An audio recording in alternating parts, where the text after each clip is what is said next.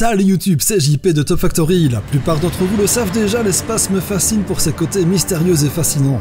Malgré les avancées fulgurantes de la science ces quelques dizaines dernières années, notre niveau de connaissance spatiale est encore quasi nul tellement il reste de choses à découvrir. Mais bref, toute science mise à part, l'exploration spatiale humaine a elle aussi son lot de rencontres mystérieuses. Certains parlent d'anomalies, des équipements photo et vidéo, d'autres penchent plutôt pour des débris spatiaux, tandis que le reste y voit des objets venus d'un autre monde que notre Terre. Alors, je me suis posé beaucoup de questions lorsque j'ai réalisé cette vidéo, dont beaucoup sont restés sans réponse. C'est d'ailleurs la raison pour laquelle j'ai pris la décision de la faire en deux parties. Ceci afin de vous fournir un maximum d'infos afin de ne pas vous influencer vers telle ou telle explication, sauf sur certains de points qui en ont une. Je vous laisse donc vous faire votre propre opinion sur ces 5 premières rencontres spatiales extraterrestres, ou pas.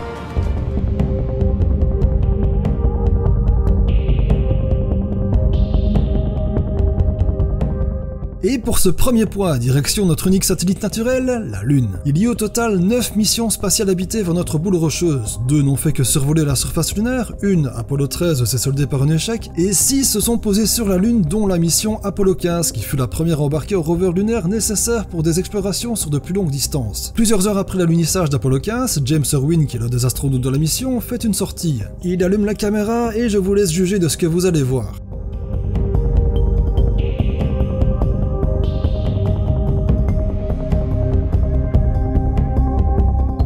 Alors, il est évident que l'aspect peut faire penser aux célèbres soucoupes volantes. Le doute est bien présent, surtout en tenant compte du fait qu'il y aurait eu signalement d'un objet non identifié peu avant l'alunissage. Alors, simple bout de roche, illusion d'optique ou véritable vaisseau spatial extraterrestre, vous trouverez toutes les sources vidéo en description si vous voulez vous faire une analyse plus approfondie.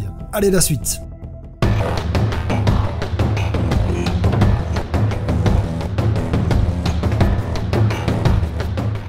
Bien avant la célèbre ISS en 1973 ou 73 pour mes amis français, la NASA met en orbite la toute première station spatiale de l'histoire qui portera le nom de Skylab, abréviation de Sky Laboratory qui signifie laboratoire du ciel pour les anglophones.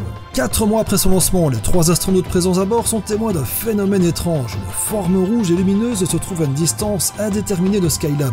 Aucun objet artificiel ou naturel connu n'émet cette luminosité rougeâtre qui, d'après les rapports des astronautes, semble modifier son intensité toutes les 10 secondes. Plusieurs explications sont alors mises en avant. Certains disent qu'il s'agirait d'un débris spatial. D'autres avancent que la vitre épaisse à travers laquelle les astronautes ont observé le phénomène a pu créer une sorte de halo lumineux donnant l'illusion d'un objet distant. En tout cas, il y a au moins une chose de sûre, vu la longue durée d'observation et la stabilité du phénomène, il est impossible que ça soit un autre objet en orbite tel qu'un satellite par exemple. Alors c'est le grand mystère, hein. Et vous, qu'est-ce que vous en pensez ? Moi perso, j'adorerais que ce soit un objet extraterrestre, mais je suis aussi quelqu'un qui a les pieds sur Terre sans mauvais jeu de mots. Et vu la faible qualité de la prise de vue, ça peut être franchement n'importe quoi.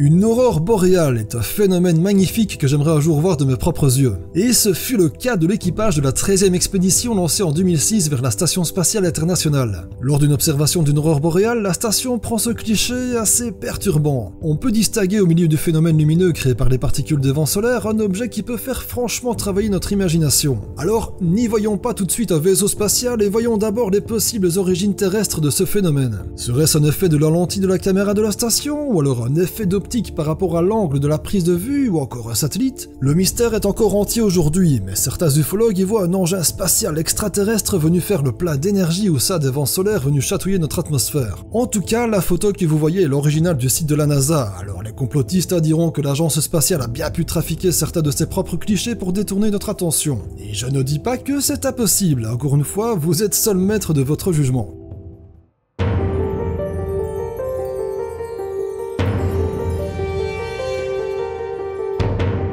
3 décembre 2002, l'astronome amateur Bill Young découvre un mystérieux objet d'une vingtaine de mètres en orbite à plusieurs dizaines de milliers de kilomètres de la Terre. Alors cela lance aussitôt les débats au sein de la communauté scientifique étant donné qu'au-delà de cette distance, il n'y a pas d'autre objet naturel de grande taille en orbite que la Lune. Les premiers affirment qu'il s'agit sans doute d'un corps rocheux venu se mettre en orbite très récemment. Et l'idée de l'orbite récente est retenue et approuvée. Par contre, on se rendrait vite compte qu'il ne s'agit pas d'un astéroïde. En effet, après une analyse du spectre électromagnétique de l'objet, on détectera qu'il est recouvert de dioxyde de titane, un minéral utilisé dans certaines peintures de couleur blanche. Alors évidemment, ça en fait rêver plusieurs jusqu'au moment où on s'est rendu compte que c'était la même peinture utilisée par la NASA sur ses fusées Saturne V. On fit alors le lien avec un des étages de fusée perdus lors de la mission Apollo 12 de 1969. Il a donc été conclu que ce gros morceau de vaisseau terrestre était en orbite autour du Soleil pendant plus de 30 ans et qu'il a rejoint celle de la Terre un petit peu avant 2002 pour la quitter en juin 2003. Et s'il y a des adeptes de l'astronomie parmi vous, sachez que son retour autour de la Terre est prévu vers le milieu des années 2040, date à laquelle on aura certainement tous des cheveux gris pour la plupart d'entre nous, moi c'est sûr en tout cas.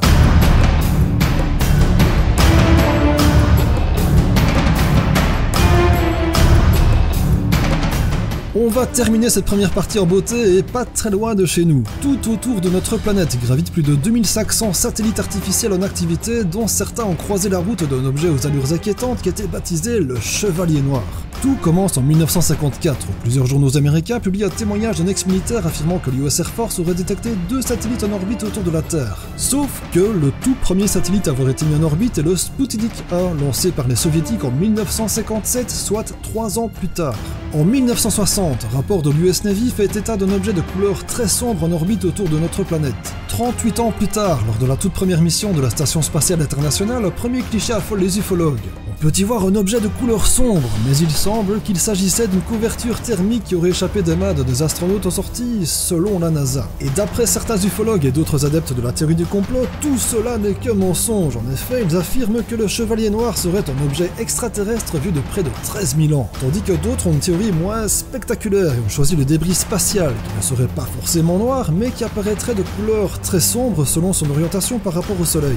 Perso, mon avis est partagé, ça me ferait bien sûr rêver de savoir qu'un objet alien se trouve au-dessus de ma tête, mais je suis un gars qui a du mal à croire en ce qu'il ne voit pas. Alors de mon côté, ça restera un gros point d'interrogation jusqu'à nouvel ordre. Je serais curieux de connaître également votre avis là-dessus dans les commentaires, le tout s'il vous plaît dans le respect des avis de chacun. Et voilà les amis, c'est la fin de cette première partie de cette vidéo, j'espère que ça vous a plu, si c'est le cas n'oubliez pas le petit pouce bleu, le commentaire, le partage et le petit abonnement si ce n'est pas déjà fait. Pour ceux et celles qui ont envie de soutenir financièrement la production des vidéos, il y a une page Tipeee à votre disposition, vous trouverez tous les détails dans la description. La seconde partie de la vidéo sortira fin de la semaine prochaine, alors en attendant prenez soin de vous les amis, ciao!